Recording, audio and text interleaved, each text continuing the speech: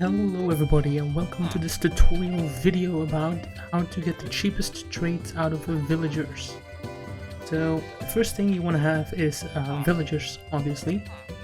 As you can see, I've gotten some of them right here. The easiest way to do so is by using a bow. Now I'm on a public server right now, so I have to kind of sneak in here and get myself a bow.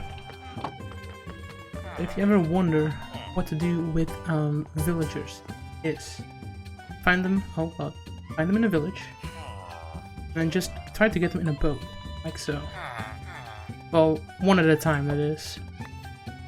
Otherwise you can't use the boat yourself. What I would do is I would nudge them in. Now this is a little bit finicky, so it's going to take some luck. There we go.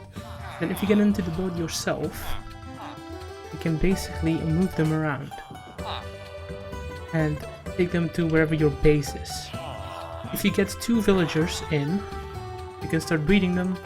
All you need is some beds, and usually if you have a farming villager, you can make a little farm and they will share the food amongst themselves. They will be happy and they will start breeding. How do you get a farming villager? You have to make a composter, as you can see right here. These are all the different crafting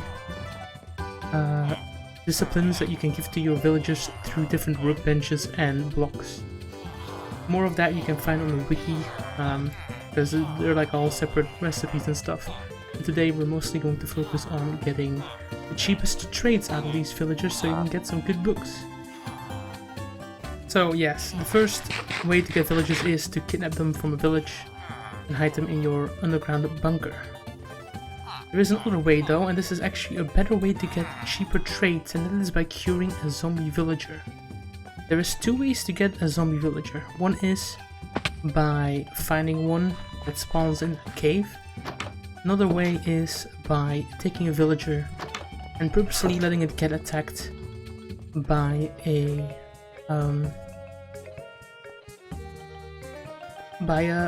zombie.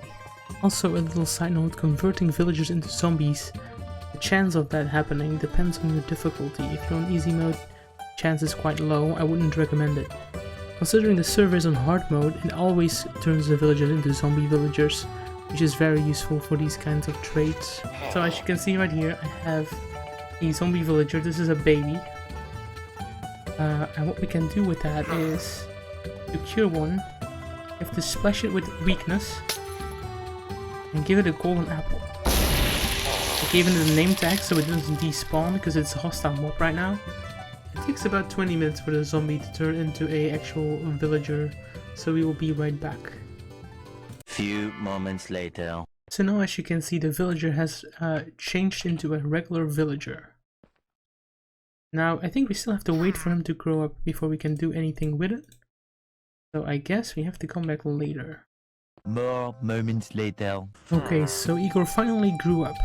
Another important side note is that if you have a zombie villager and you're curing it, make sure he has a roof above his head. Mine was underground, so it's not an issue, because otherwise he will burn. Now that we have our cured zombie villager and he is all grown up, just place down one of the crafting stations that they will use, and he will turn into that profession. We'll see, normally this book of fire protection 3 would have cost us 41 emeralds, now it's only 17. So that's a major reduction. And what you can do is you can just play with the crafting table like this, or any other crafting station, change their recipes to get them to be a different profession. So yeah, for now I'm going to keep him in a boat, but I will probably use him for mending later on. Because there's even a better way to reduce your traits. Actually no, let's get him out of here. Let's first turn him into a villager so we can compare later on.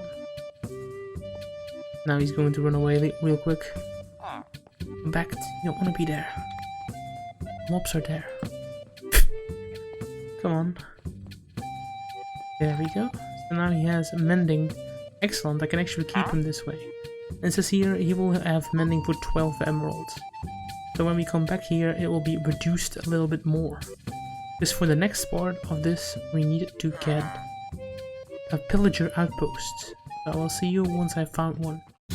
So right there, that's a Pillager Outpost. I have already looted this one before, so there isn't any banners or chests there.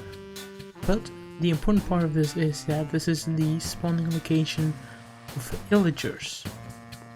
What you want to do is you want to chill here for a little bit until they start spawning villagers. There we go, there's already one, and this is actually really good for a demonstration. Sometimes villagers spawn with a banner on their head, as you can see on the other one. If we kill this one, we get the bad omen effect. This is important for later, because we're going to have to spawn a raid with this. But if you stay here longer, more villagers with a banner will spawn, like so. This is excellent for the demonstration. Now I have Bad Omen 2. This can go up to, I think, level 5. So I'm going to be here for a while, killing these mobs until I have the maximum Bad Omen effect. This is important because the higher the raid, the better the discounts and rewards will be later when we go back to our little village community. So I will just fast forward to when I have the max buff.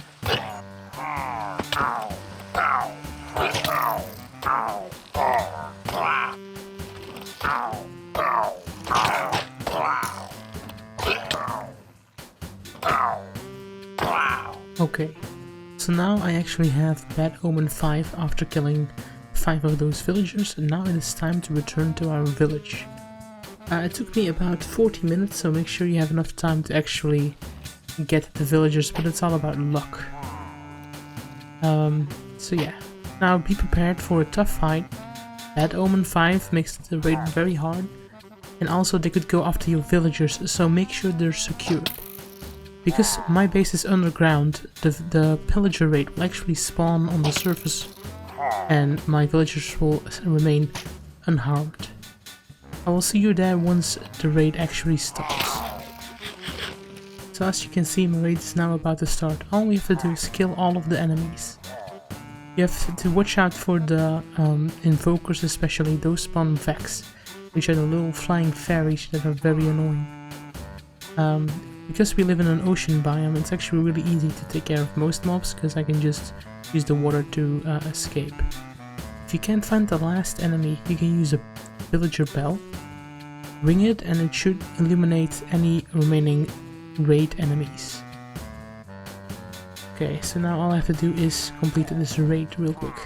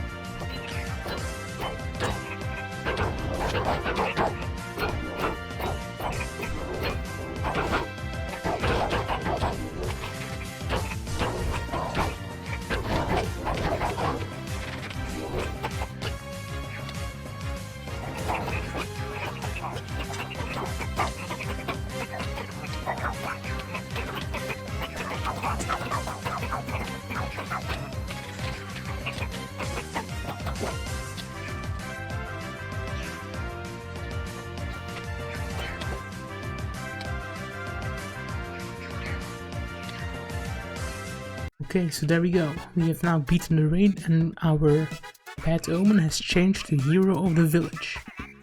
You see, it is currently unlimited durability, but once we go into the village, it will change.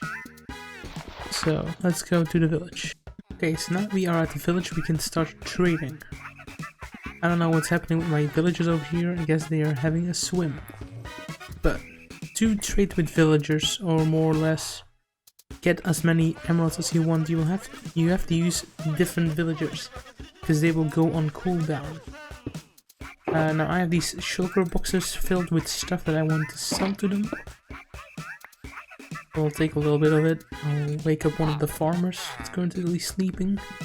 This one does not sell beetroot, but as you can see, the buy and sell value have all been decreased.